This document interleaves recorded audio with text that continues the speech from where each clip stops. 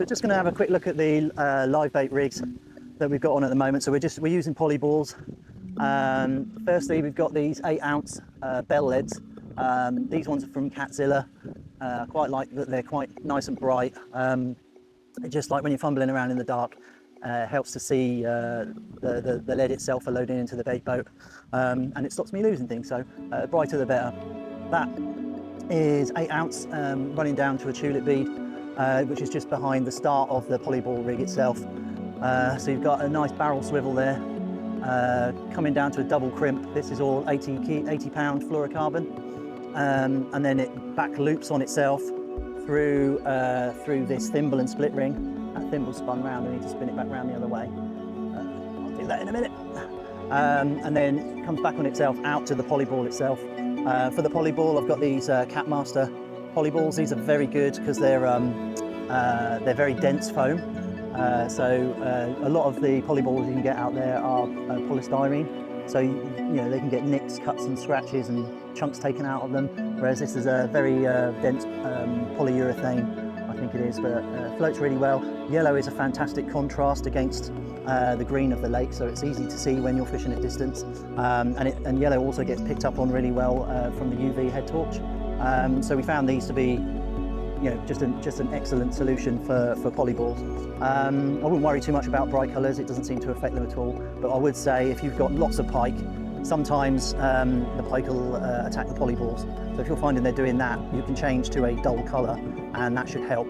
The other thing is that if you have a rattle anywhere in the system, anywhere in the polyball rig, and you're getting lots of jack pike and zander, take the rattles out, because that will ring a dinner bell for them very quickly, and they'll get there quicker than the cats do. So I've got no rattles on mine at all, and yet the lives are still getting poached.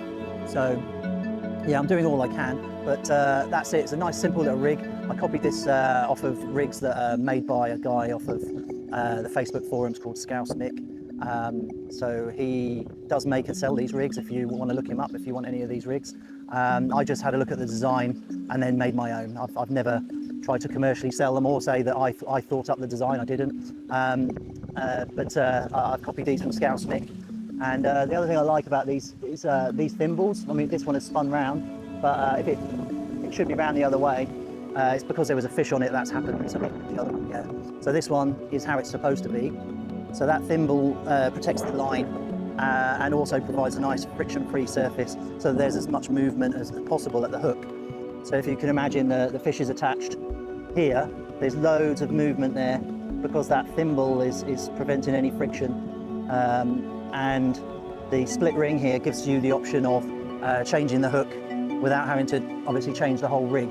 Because once this is crimped on, you can't necessarily undo it to change the hook. So you have to have some sort of quick release system there in line so that you can change the hook if it becomes either dull or straightens out. So that was a quick showcase of the polyball rig. I fished these upright. I find that the most effective way to do it. You don't have as much hydrostatic pressure on the line if you're fishing upright because most of the line is out of the water. With less line in the water, there's less chance of it getting snagged or getting any sort of false indications as a result of undertows or anything else. It's also not creating line pressure. It only enters the water in the last few feet. Near where the polyball is, but the polyball is risen up in the water column above it anyway, so it doesn't seem to affect them at all. I've caught lots of catfish fishing this way. In regards of bite detection, mad cat and I think black cat, unicat, I think they all do some form of bite indicator that attaches directly to the rod, and it's just like your Delkims or anything else. It's got a receiver that sits in the bivvy, and then when a fish comes along, the rod will vibrate. The rod itself will set the hook. As the fish takes the bait and then swims away, the hook will turn and move to the corner of its mouth. The rod will then slowly start to arc over and will pull that hook into the corner of the fish's mouth. And I've had a perfect hook set every single time using these barbless circles from Catmaster. They've been absolutely superb. I love using a circle hook with this type of rig. Circle hooks get quite a lot of shade on the UK forums, but I've used them many dozens of times, caught many dozens of fish, and they've all been corner hooked, and I find them an excellent solution. As long as you've got the rig set up right for it, I don't think there's any danger whatsoever of using it. I think the criticism is unfounded. But you know, it's one of those things, you cannot strike a rod that's got a circle hook. You must only wind it in. Fishing vertically makes that super easy. When that alarm's going off and I can see the rod tip is bouncing, all I need to do is just come here and then wind 2 or 3 times down on the handle, and you can really feel the rod start to bend with the pressure, and it's really setting that hook in the corner of the mouth. So that's all you need to do, and then you lift it straight out of the rod rest, and then you bring the fish in as normal. There's no striking required. It's a self-setting rig. So yeah, that's the vertical polyball setup that I use. Very successful.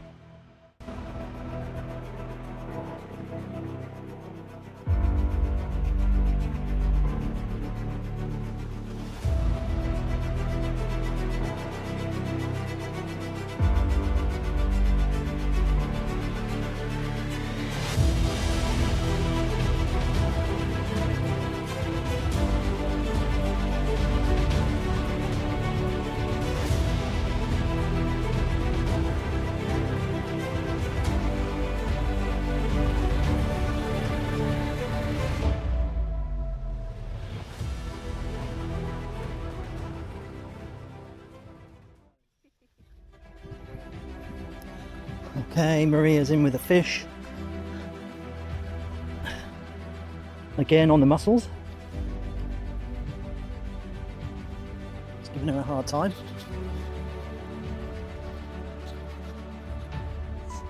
You okay, babe? Yes.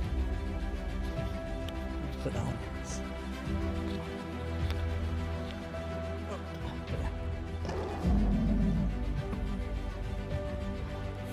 Oh.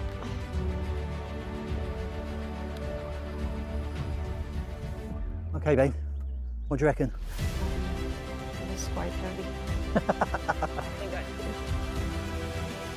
Oh wow. It's quite angry too. Yeah.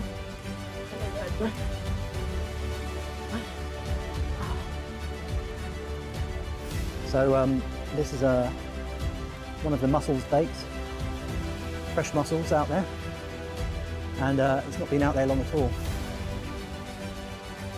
I'd say it's probably only been out there half an hour and it's gone off already. The mussels are doing so well. I mean, it's just crazy right now. We had pellets out there all night and most of the day and they did pretty much nothing.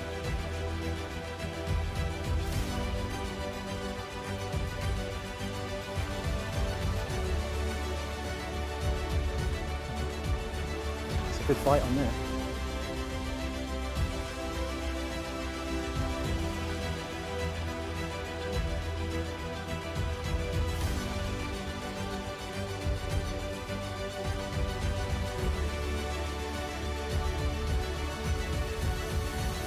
So again, this was, we said we'd do a ChatGPT guided fishing session. So we let ChatGPT tell us where to put the baits, and we let ChatGPT decide what bait we were going to use. And in this instance, it said mussels, and I've never used mussels before, so I was sceptical. I had to do quite a bit of research about how to present mussels in such a way that a catfish could take it. And I've got to say, it's just been an incredible bait.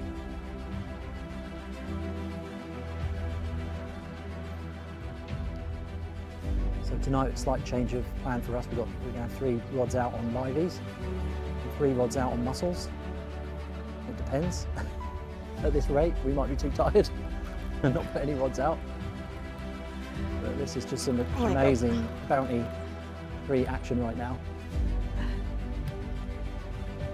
Just take your time, babe. Take your time. Let it wear itself out on your drag. The drag is set.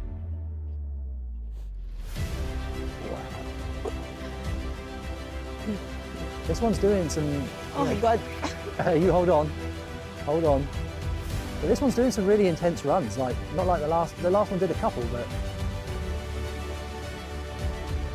I bet this one's bigger than my one. This one's bigger than my one. I'm going to be mixed, overjoyed and annoyed at the same time.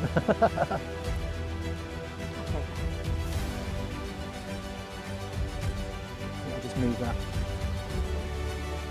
and away. So we've got a little cutout just in front of Maria, which is what we thought was going to be a great place to land a fish last time, but turns out that is the location of what used to be a pontoon, and the upright poles are all still in the water, but just under the water. So it snagged our net last time. Hopefully it's not damaged. I jumped in and I narrowly missed a scaffolding pole sticking up. But I wiggled them loose and took them out now. There's only one left. But that's no longer a decent place to land a fish. And that's under the other rod there, babe.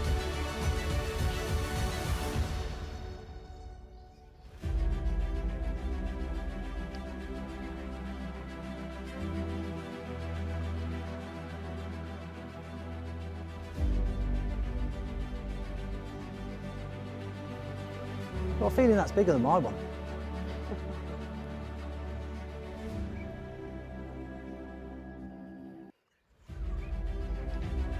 My back hurts.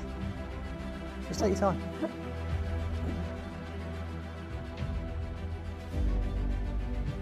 Keep your back up straight, don't let it pull you forward, that's it. So Maria's got the, what's called a soft fighting belt. I think it's by Willow. It's by a company that do like fighting belts for marlin and big tuna and sharks and things like that, which is a bit crazy to wear that for catfishing until you've worn one. And then you're like, that is so much more comfortable than digging the butt of the rod into my groin. So you can just rest it in there like that. It allows a better distribution of the pressure of the fish. And yeah, that butt not being in the side of your thigh or your groin is an absolute blessing. But these things are soft, so you could wear it all day if you wanted to. It's not like the hard plastic ones you get for proper marlin fishing, and they're not too expensive either. And yeah, I don't care if it looks silly or whatever. It makes a big difference. It's diving down there, babe. So there's lots of silt being kicked up where it is, because it's in about 2 feet of water at the minute. Really kicking up the silt, trying to get its nose down and away from the pressure. We're over halfway now, so this is the part where I'm going to have to switch to net mode. When you're going to bring it in, babe, don't bring it in there. Try and bring it in over here if you can. So try and sidestep your way over towards me, and we'll try and get it landed here. Because that's no good there with that hole in the water. I'm a bit far from the other rod, right? It's fine, if you just sidestep over, you'll be fine.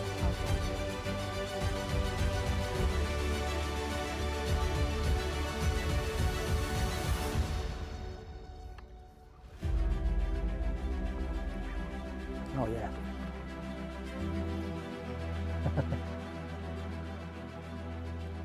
I reckon this fish is going to be bigger than you. At least height-wise. Maybe.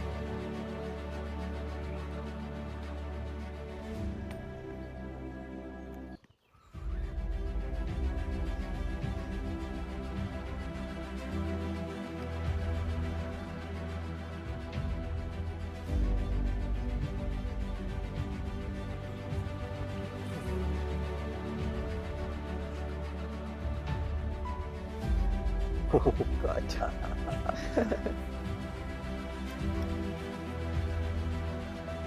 Is it in now? No. Don't let the pressure go. Okay. Oh yeah, yeah, its head's in. Come on, swing into the net. Just keep the pressure on him. He'll work his way into the net. He looks really similar to the last one.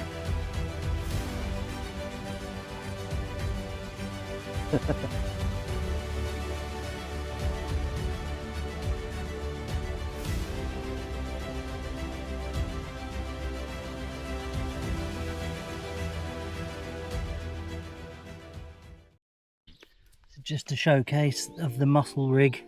What we're using here is armour mesh, which I'm loading down the funnel with first with some of pop-up stick.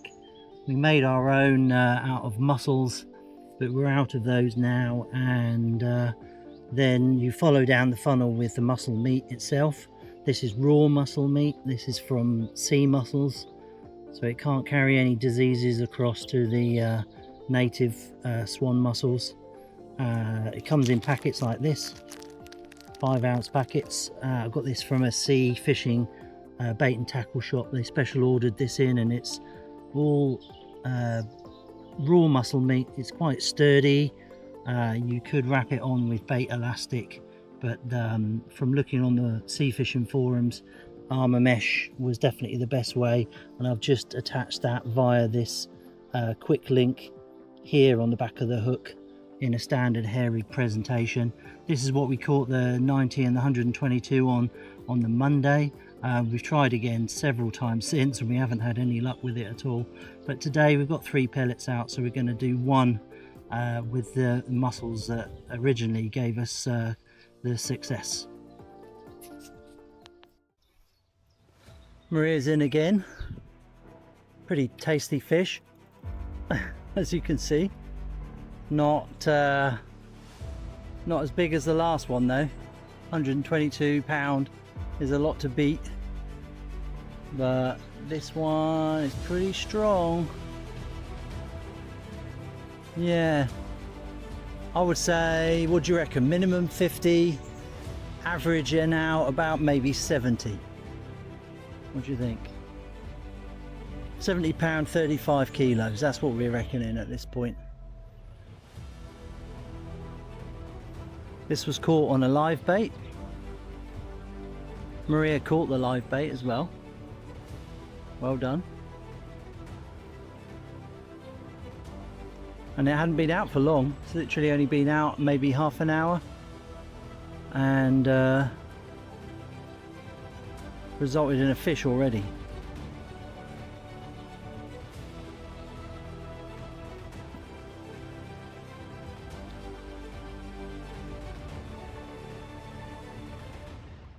What do you reckon, Maria? Let me get the net out of the way.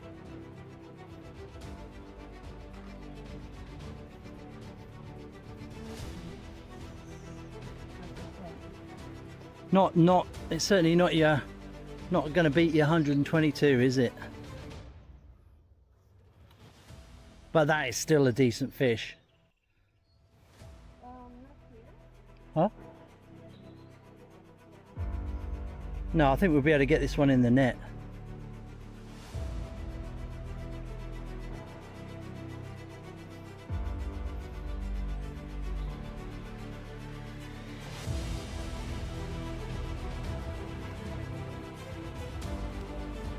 Nice. Yeah, it's still a decent fish. That's it. Keep gliding it in. Perfect.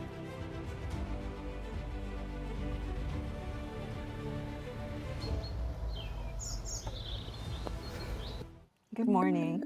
We are here in Bounty Lake on swim Willow 1. Willow 1, B3. And today is April 28th. We've been here for 4 days now. To give you the real breakdown of the techniques, the bait, and exactly what's been hitting the nets, Barry will walk us through it day by day. Good morning. We've had an interesting session so far. It's the weather's been with us. It's been steamingly hot. I think the forecast was that it would be 23 degrees, but there's been very little in the way of wind. So just the radiative heat effect of the sun, especially on the bivvies, means that it's felt much more than 23 degrees. I would say easily late 20s at times. And so we've had to be pretty cognizant of stopping things from overheating and also stopping me from turning into a lobster. But yeah, it's been interesting. First 4 days, Saturday we arrived and we slowly set up. Steve, the owner, allowed us graciously to set up a little bit early. Despite that, it took me pretty much the whole day, and yourself, to get the camp set up, get the rods out. The rods literally went out as it went dark. That's how long it took to get everything together. But that was partly because we were in holiday mode and not really rushing it all anyway. I ended up putting all of the rods out with pellets, so they were all double 20mm pellets with a pop-up on a standard running inline ledger rig, 12-inch hook lengths, and we got one carp that night. It was just a lower double carp, nothing amazing, but not what we were here for. So the other thing that happened Saturday night was that the carp started spawning on the lake. They were going absolutely crazy in what I call like the sanctuary that they've got here, which is like a big U-shaped island with the mouth of it netted off. And the carp that are in that U-shape that you can't fish into were going absolutely ballistic with spawning. They started early evening and they just went right the way through the night and then all the way through the next day, and then pretty much stopped come Sunday evening. As a result of that, I mean, my experience of that is that if the carp are spawning, the cats are preoccupied. They generally want to go and eat all the carp eggs, and yes, they will stop feeding themselves, and that shortly after that, then the cats themselves will start spawning. So Sunday, we had switched over our bait. We were no longer using pellet as we hadn't had any action at all. And at this point we still had 3 rods out along the left margin and 3 rods out on the sanctuary, the island margin that's over to our right. Pretty much in front of us is just 2.5 foot of water, sometimes a little bit less, and it's absolutely flat. There's nothing, no features really out there, but there's a couple of spots nearer the sanctuary over to our right where it dips down to about 3 feet. There was also a couple of spots like that under the trees over to the left as well, which is where we were fishing at this time. We didn't see any point in fishing out in the open water. It's so bright and there's no cloud cover, and with only just over 2 foot of water there, it was not somewhere we felt that the catfish would want to be hanging out. And also the bottom of the lake is very silty. It's a mixture of black silt and clay and stones. So on Sunday we switched over to mussels on 3 of our rods, and Maria started catching us some live baits. The mussels were part of our ChatGPT challenge, where we would ask ChatGPT what bait should we use for catfish on this lake at this time of year, and then whatever it said we would use, and it came up with mussels. So I've never used mussels for catfish before, and I was a little bit anxious about using something new, and I had to do a lot of research about how to use mussels for catfish, and eventually you have to go to sea fishing forums, and then there came the challenge of actually finding raw mussels, because anywhere you go, like if you went to Tesco's, you can buy mussels by the kilo, but they're all cooked. ChatGPT was quite specific about us using raw mussels, so I got a really lovely lady down in Poole, a sea fishing bait and tackle shop, and she got me special ordered this big order of fresh mussels, and so we were using those on 3 of the rods, and we ended up late afternoon, wasn't it? We got 2 fish. How big were they? 90 and 122 pounds. 90 and 122, both on mussels, which we were amazed at. We just thought we found it. We found the bait that they love here, and we were going to have a great session.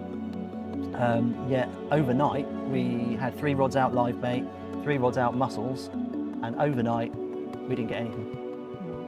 Oh, No, we did. We got one carp overnight, sorry. And bearing in mind that the package of mussels was about that big, I have no idea how that lower double carp managed to get that whole package of mussels in its mouth. So yes, we had one double figure carp. Monday, the spawning had still stopped. There was the odd carp spawning here and there under margin foliage, but we got what was the size of the cat we had in the afternoon? 46, I think we used the live bait. Yeah, that was on a live bait. And in fact, I think it was Sunday night that on one of the live baits, we lost that fish on the snag on the island. Yeah, so there aren't many snags here, but there was one on the island. Sunday night we did lose a big fish, and it rocketed up towards this snag, and then there was a big bang on the line, and then the line just went solid. So it managed to get rid of the hook, and that was now attached to a tree, so I had to go out in a boat and go and get it. But yeah, back to Monday, we had the 46 in the afternoon on a live bait, and 46 pounds, and it had a lot of spawning damage on it, whereas the other two, which were both males as well, in fact all three have been males, they didn't have any spawning damage on them at all, but this one did. So we're thinking that they started spawning yesterday, or at least that one was trying to, and we're only catching the males at the minute. We then, in the afternoon, and this was my lowest point, we caught an absolute dumper truck on a live bait over the margin of the sanctuary, and it was like a train, an absolute train, and it was ripping line off of the clutch of the Penn Fierce that we've got on that particular rod. So that's a Penn Fierce 5 8000, and it just was ripping off line, and it started kiting off to the right towards the other rod, and all of a sudden the clutch just locked up, completely solid, and it was such a shock because it was mid-run, so it's running and it's huge, and then the clutch locked up, and I literally got dragged about 4 foot before I dug my heels in, and I was literally on the edge of the lake at the point where I managed to stop it, and I'm frantically turning the clutch at this stage, really just undoing it even all the way. You know, it was just frantically loosening it off, and it just didn't make any difference. It was just locked, it wouldn't move, and I was taking my hand and I was pulling on the line, trying to get the line to start moving, and it wouldn't move. And I started shouting to Maria. I said, any minute now the hook's going to pull. I said, there's too much tension on the hook. It's not, you know, I'm only using smaller hooks, 2/0s, and yeah, I said this hook is not going to hold against this amount of pressure. And then it just ran again. At this point, clutch still locked up, and that was it. The rod bent over, and I couldn't hold it anymore, and the rod went straighter and straighter, and then eventually the rod was pointing straight at the fish, and it was still running. Nothing was going to stop it, and it got that far, and then the hook straightened out, and that was when I was annoyed. I still don't know why it locked up like it did. I'd love to know. I spent most of the night thinking about why that happened, and you know, we haven't come to a solid conclusion over that, have we? That's Steve, the owner, just going past.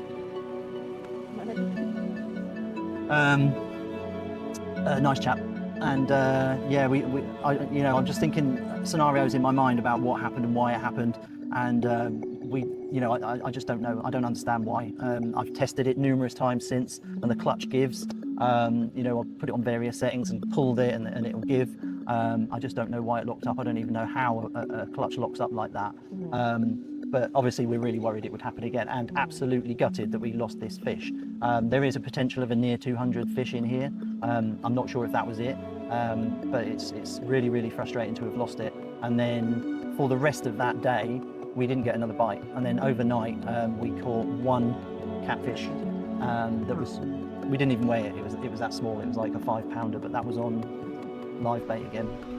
So around 3 a.m. Yeah, it was around 3 a.m. we caught 5-pound catfish.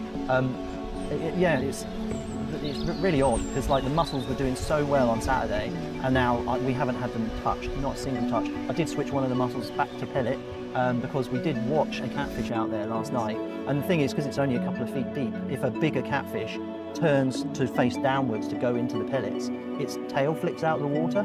So we could see it doing this over our pellets that had mussels there as well, and we were like, it's gonna go any second, it's gonna take those mussels, and it just didn't. So It spent quite a long time hoovering up pellet, and yeah, in the end I switched that rod back to pellet again overnight, but absolutely nothing. And when I brought the rod in the morning, both pellets are gone. Pop-up still on there. So something out there eats the pellets, that's for sure, but not the catfish. It's a weird time, you know. Like I say, we were only catching the males, so we think that they were in pre-spawning mode, feeding up, and but now they're going to be preoccupied because the males will be guarding the nests if they have spawned. But then we should potentially catch the females, which could be bigger. So we have also last night changed the location of the rod. So now, because we were getting nothing up that left-hand margin, we've moved all 6 rods over to the sanctuary area. Like I said, nothing but that 5-pounder last night. So it's a bit of a weird mid-session summary, but hopefully we're going to you know, get on it again today. It seems to be towards the late afternoon, early evening when they like to feed here, and overnight nothing, not much really. We've just had carp and that small catfish. Well, we'll see tonight. We'll see tonight. So hopefully next time we check in, it'll be after catching another big beastie. We've got 122 to beat, haven't we? Yes, maybe. All right, great. Did you want to say anything else? That's all. That's all. I think Steve wants to talk to you. Oh, and Steve's coming back, so he might come and speak to us anyway. All right, we'll catch up with you later. Bye-bye. Okay, so it's Tuesday evening. We've got all 6 rods out. Today has been really quiet. We haven't had much action on any of the rods at all. No fish today so far. The kind of golden hour for this place is early evening, late afternoon. So we got the rods out for then. Having spent the day kind of resting, and went down to Carrefour, did a bit of shopping in Le Mans. And yeah, we had a nice shower in the shower block facilities they've got here. Well recommended venue. But yeah, absolutely dead. Since we had the rods out, which was only about 2 hours saying that, but not really seeing any movement out there. So what I'm going to do is just quickly go through the 6 rods that we've got out for tonight, and we'll just see how we get on. So this is rod 1. This is out to that poplar on the corner of the sanctuary island over there, and it's got a small 6-inch rod live bait on. Rod 2, same 6-inch rod live bait. It's on the bushy tree to the left of the poplar, just at the base of that tree, in about 2.5 foot of water. Again, same bait, live bait, 6-inch rod. Rod 3 is between the poplars and is in about 3 foot of water, and that has a live bait rod on. Rod 4, that has a popped up squid, and that is to the right of the right-hand side poplar, in front of that bushy tree just to the right of it. That's where we've had a lot of action over the past few nights. So that's where the 2 fish we had on Sunday came from. Rod 5, that's popped up worms on what I like to call my ridiculous rig. So I'll probably show that a bit later on. But there's about, I don't know, 20, 30 worms on that rig, and it looks ridiculous. So I call it the ridiculous rig. And it's out about halfway down this bank, close to where that bush is sticking up, so it's about there. And that's just popped up less than a foot from the bottom, and that's in about 3 foot of water. Last rod is rod 6. That's a bit further down the bank, down to the right, and that one is on a dumbbell rig, and that dumbbell has got mackerel on a 12-inch long hook link. So it's about halfway down in the water column. The water there is about 2.2 feet. So it's about halfway down the water column, trying to catch any cats that might come around that corner and work their way up this margin. If they're interested in a bit of fish, there's some mackerel there for them. We had pellets on last night, and also the mussels that had done so well on Sunday. And we had absolutely, well, almost nothing. We only had 5-pound catfish, which was a bit disappointing. We were expecting the mussels to perform better, as they got us a nice couple of fish on Sunday. The liveys did well on Monday, although we lost 2 fish, one of which would have been an absolute beauty, I think.